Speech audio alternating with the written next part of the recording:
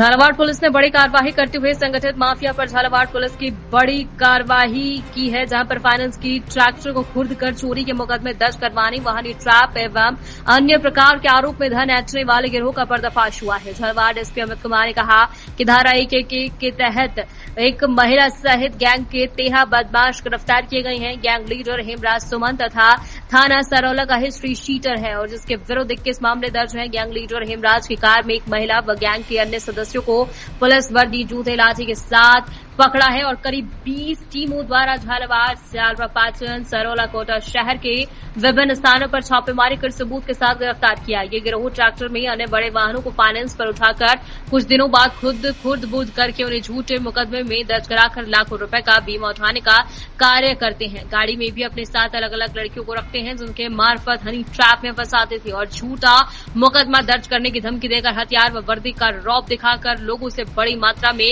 राशि वसूली की जाती है। ये गिरोह एमपी, राजस्थान अन्य कई जगह पर सक्रिय है।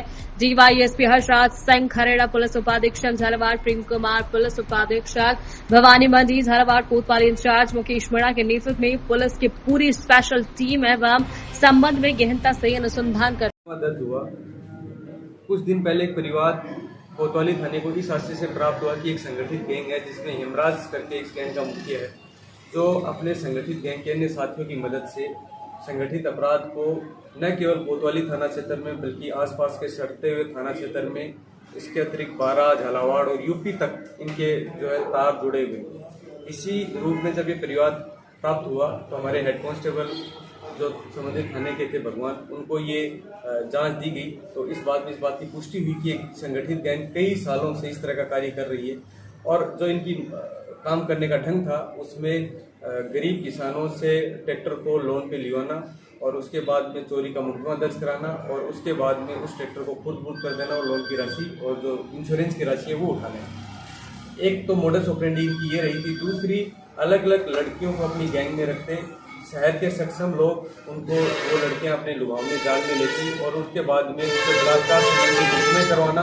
अथवा मुकदमे की धमकी देकर इस तरीके से मुकदमे करवाकर उससे बड़ी रकम वसूल करते। इस तरह जब इस गैंग की इन चीज़ों की पुष्टि हुई तो सीओ भवानी मंडी प्रेम और सीओ झालावाड़ हर्षराज जी के नेतृत्व में लगभग 20 टीमों का गठन हुआ।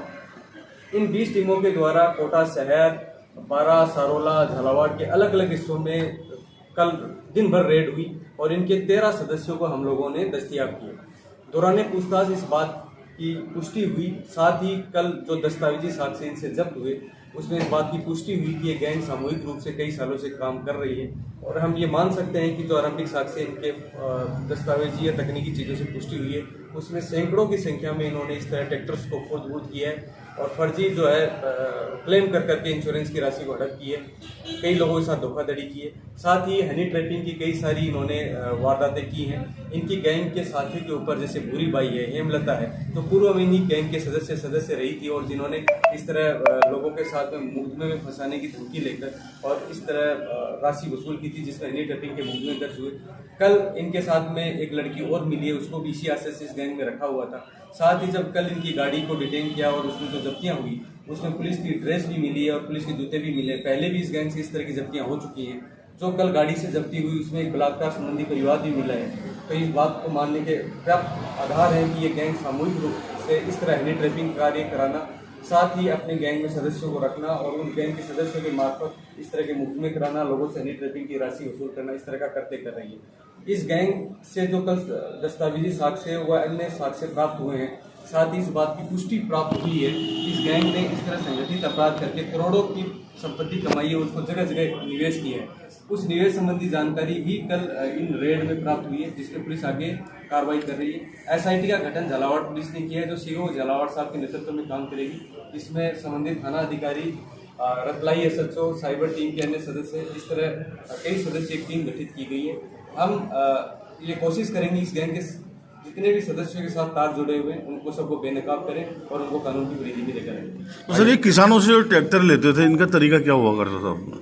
ये चूंकि उनको इस तरह लुभाकर या किसी तरह उनको धमकाकर या किसी तरह उनको कोई झूठा झांसा देकर उनसे ट्रैक्टर लिवाना और उसके बाद में उस पर इंश्योरेंस कराना और उसके बाद में चोरी का मुकदमा दर्ज कराना और उसके बाद में उसको बेच देना कहीं। तो वो जो किसान थे जो इनके साथ मिलके काम किया, तो क्या वो भी पार्टी बनेंगे इसमें? वो अभी अनुसंधान के दौरान सामने आएगा कि वो क्या संगठित तौर पर क्या उनकी कोई नीति क्या थी, मंशा क्या थी, क्या इस गैंग के साथ वो बार बार काम कर रहे थे या कि उनको झूठा झांसा कोई लोग लुभावन देकर इस तरह उनके साथ कार्य किया गया। जिस तरह की भूमिका होगी उसी भूमिका के हिसाब से कार्रवाई की सुनिश्चित की जाएगी। अच्छा है कि हनी अभी 13 लोगों की गिरफ्तारी हो गई जिसमें एक महिला भी शामिल। इसका तार जो राजस्थान के अलावा अन्य प्रदेश से भी जुड़े हुए बिल्कुल हैं। यूपी से जुड़े हुए तार अन्य जगहों से भी जुड़े हुए हो सकते हैं। पूरी गैंग पर अगेन तकनीकी आधार पर भी गैंग को पूरा ट्रेस कर रहे हैं और लगातार इनसे पूछताछ कर रहे हैं, क्योंकि गैंग की जो कार्य करने की शैली है और लंबे समय से कई सालों से लोग कार्य कर रहे हैं, तो उस हिसाब से लगता है कि तार घनीभूत रूप से जुड़े हैं, इसीलिए एसआईटी का गठन भी किया गया। इनके पुराने मुकदमे भी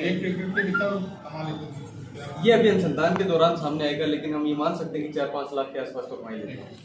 तो ये हनी ट्रैप वाली जो बात आ रही है सर, सामने ऐसा कोई चर्चित मामला आया है कि इसमें भी निकल के जो इन्होंने अंजाम दिया था? हनी ट्रैपिंग के जितने भी मामले हैं उसमें परिवादी की पहचान गोपनीय रखना पुलिस की जिम्मेदारी है, मीडिया कर्मियों की जिम्मेदारी है, शहरवासियों की जिम्मेदारी है कि किसी व्यक्ति को अगर धोखाधड़ी पूर्वक करके कोई इस तरह लांछन लगा के उसको बदनाम करने की कोशिश करता है तो हम उसकी पहचान वो